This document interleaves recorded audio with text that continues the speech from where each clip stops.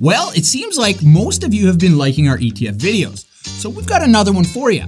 The ETFs in our previous vids are great, but some of them are a little too costly for beginner investors. And unfortunately, some people can't just automatically dump $1,000 a day into VTI. Right, Mr. Jack? VTI. That's what I buy every single day. I buy $1,000 of it.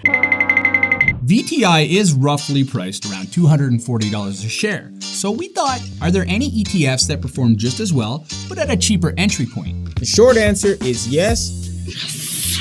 And we've got 5 alternatives for you, and they're all under $60 a share, which is pretty cheap.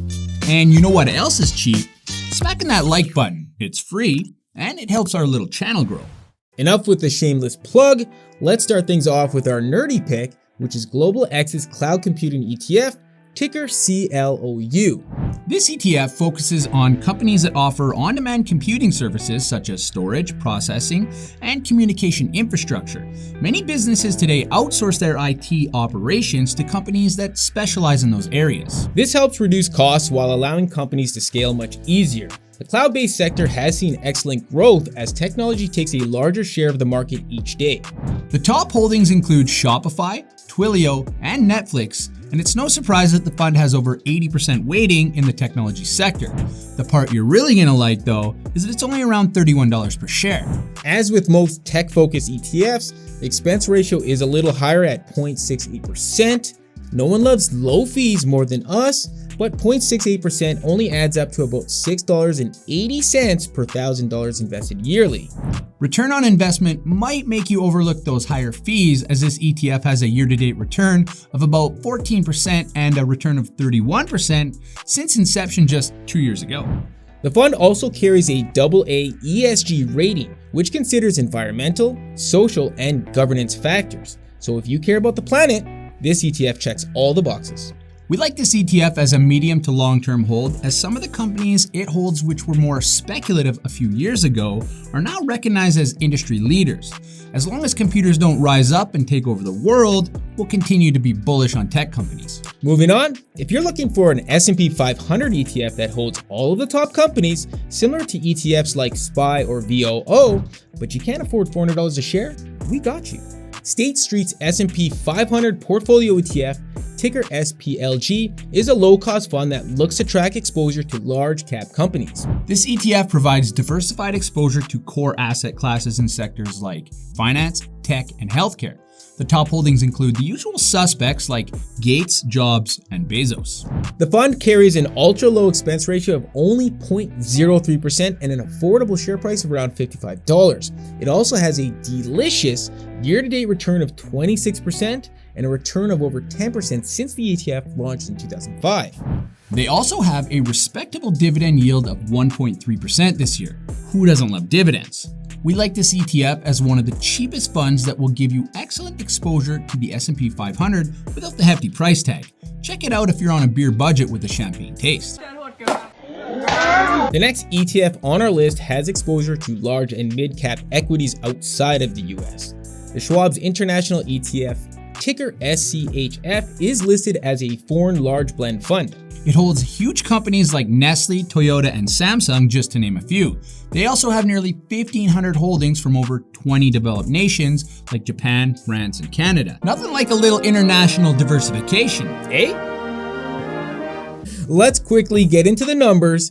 SCHF carries a low expense ratio of only 0.06% and an affordable share price of only about $40. Year to date, the return is around 13%, and it has an average annual return of over 6% since inception in 2009. It also has a respectable dividend yield of just over 2% and is another ESG AA rated ETF. Go green or go home. Hey, all you Planeteers at home.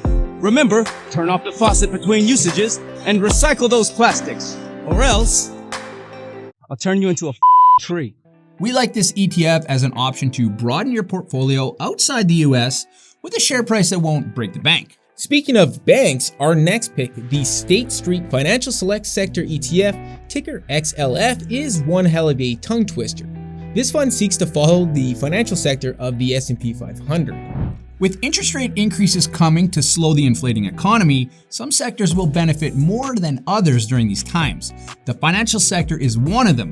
Higher interest rates equal higher profit margins for banks. There is also a linear relationship between climbing interest rates and growth in the insurance sector. This makes XLF an excellent option as its weightings in banks, capital markets, and insurance account for over 80% of the fund. Not to mention, XLF is one of the largest ETFs with $45 billion in assets under management. It's also one of the most heavily traded ETFs with an average daily share volume of over 48 million. XLF's share price is just around $40, and the fund has a dividend yield of about 1.5%. The expense ratio is a little higher than some of the discount index ETFs at 0.12%. But compared to its peers in the financial sector, it's actually quite good.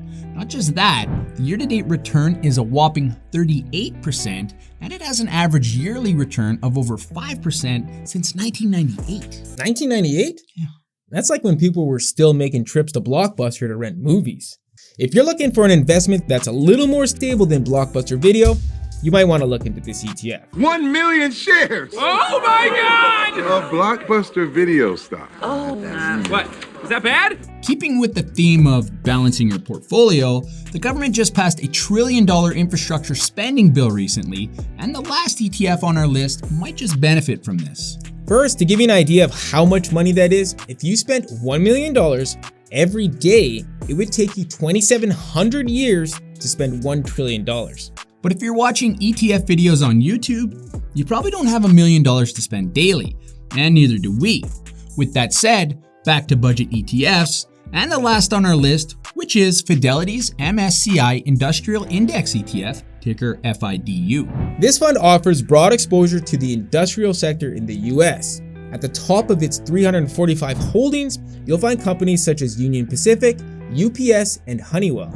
The fund has been around since 2013 and is considered to have one of the lowest fees amongst its competitors with an expense ratio of just 0.08%. Although it's the most expensive on our list, the price is still reasonable at about $57 per share. It has a year-to-date return of almost 23% and an average yearly return of over 11% since inception.